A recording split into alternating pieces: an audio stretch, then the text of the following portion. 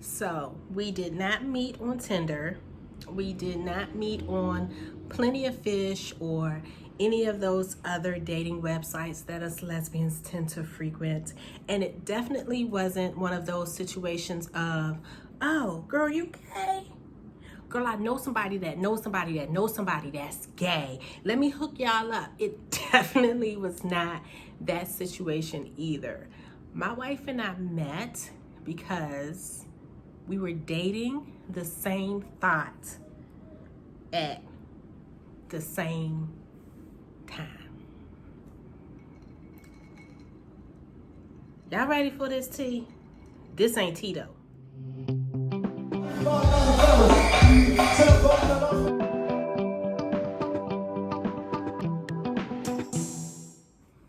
Hey guys, it is my 6th wedding anniversary, y'all. 6. I've been married for 6 years. Y'all see the ice? 6 years. My wife and I have been together total 6 years, 7 months. Yeah, you heard right. We were only seeing each other, dating, or whatever you want to call it, for about 7 months before we said I do. The reason I wanted to do this video is because, one, it's our anniversary weekend and I am super proud to be that woman's wife. And two, how we met is probably the top question I'm asked on my channel. No matter what the video is, if you guys see my wife's little head on my channel, the first thing you guys say is, how did you guys meet? How did you guys meet? Ooh, how did you meet? So yeah, I'm gonna share with you guys how we met. I'm not gonna go in a lot of details about it. I'm gonna do another story time about that. So be out to look out for my most toxic relationship. That's gonna be the title of the next video. But the Cliff Notes version of how my wife and I met is we was dating the same chick at the same time. I was in a situationship with this young lady for about 2 years. It was very toxic. It was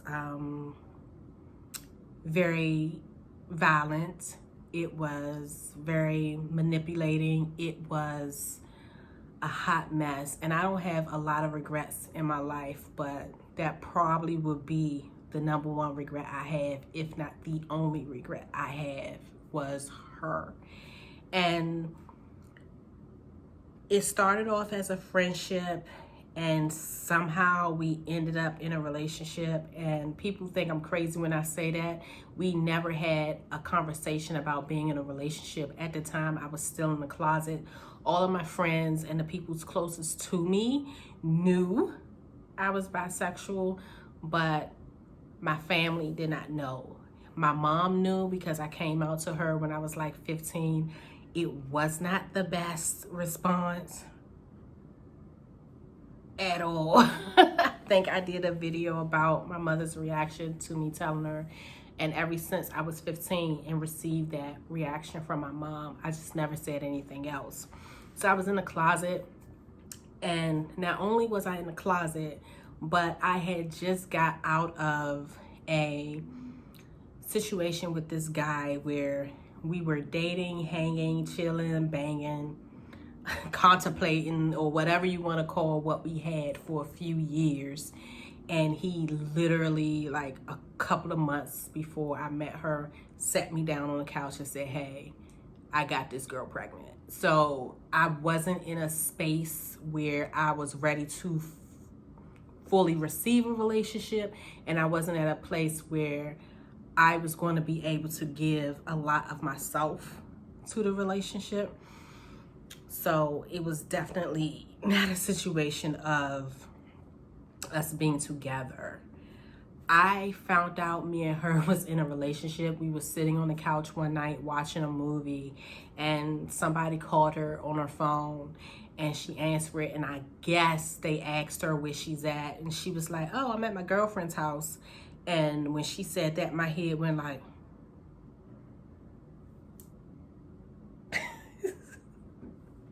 because it was never a conversation I wasn't ready for it. And my mistake was I should have corrected it then when it was said, like, hey, we're not together, you know, we're friends, and you just occasionally sit on my face sometimes. But at that point in my life, I was at this space where I was a super people pleaser. I wanted to please everybody, and that was kind of a coping mechanism that I developed in a way to get my family to like me. At that point, it was obvious that I wasn't loved, but I at least wanted to be liked by them. So I started to try to do whatever I could to please my family, and somewhere along the line that started to roll over into the rest of my life. So I did not want to hurt her feelings.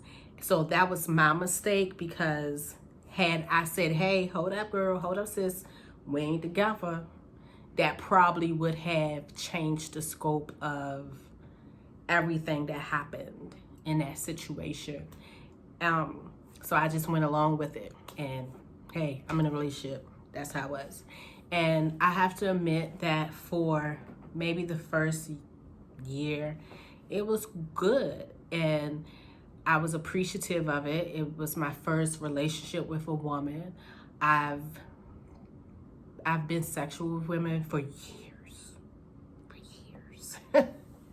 You girls experienced. But sex and a relationship is two separate things. And this was my first time in a relationship with a female. So I was like, okay, this is pretty cool. Like, I don't have no problem with it. I like the companionship. She's all right.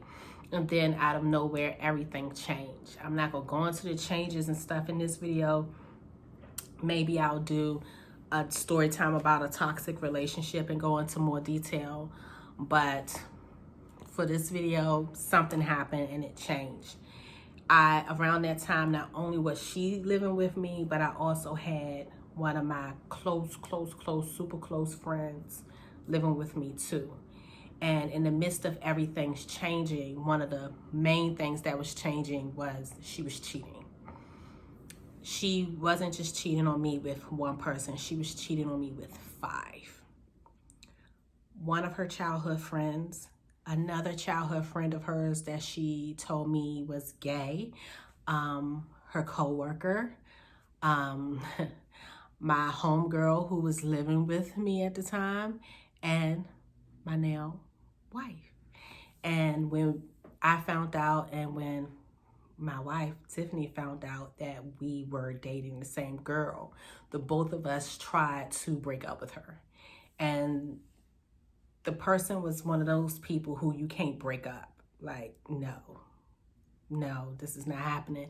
I don't want that. It's not happening. And so she did whatever she could to try to keep the relationship. I almost lost my job because of her.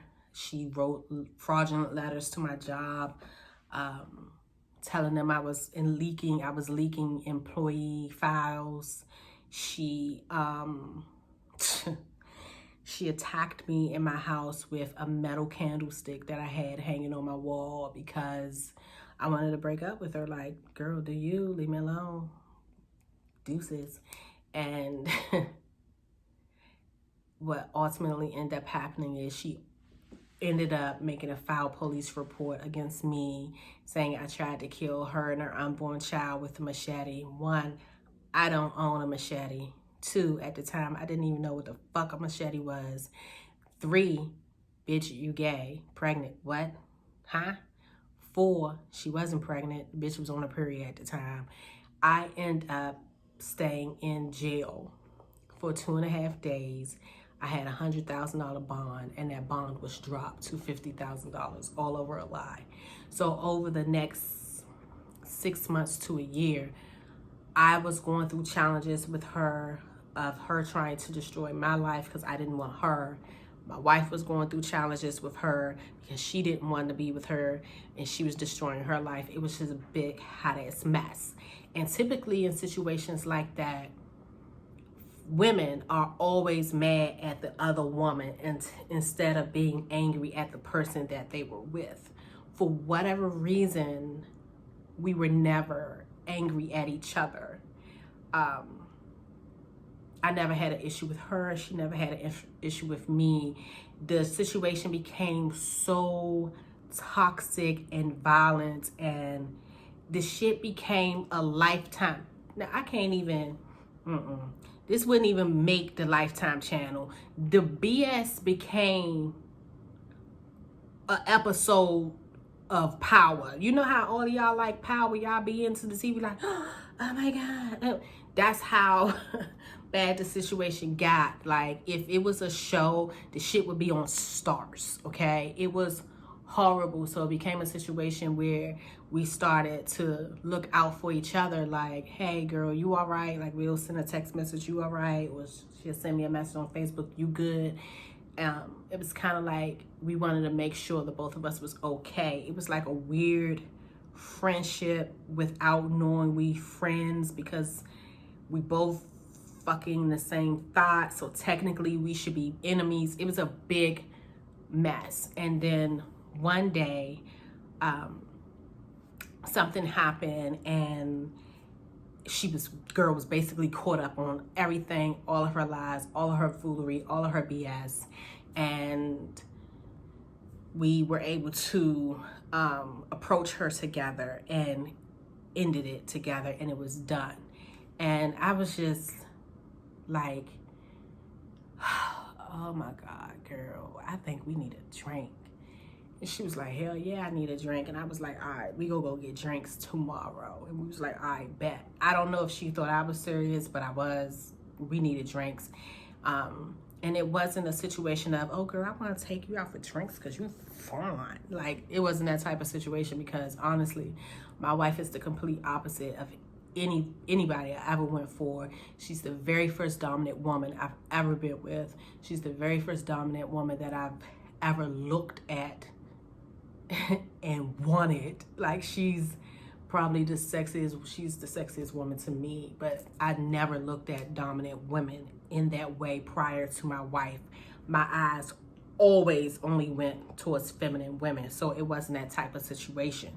So we went for drinks, and for whatever reason, it was kind of weird. It was like, we shouldn't be cool. Like, we shouldn't be having a good time. Like, we literally should have drunk this first drink and laughed.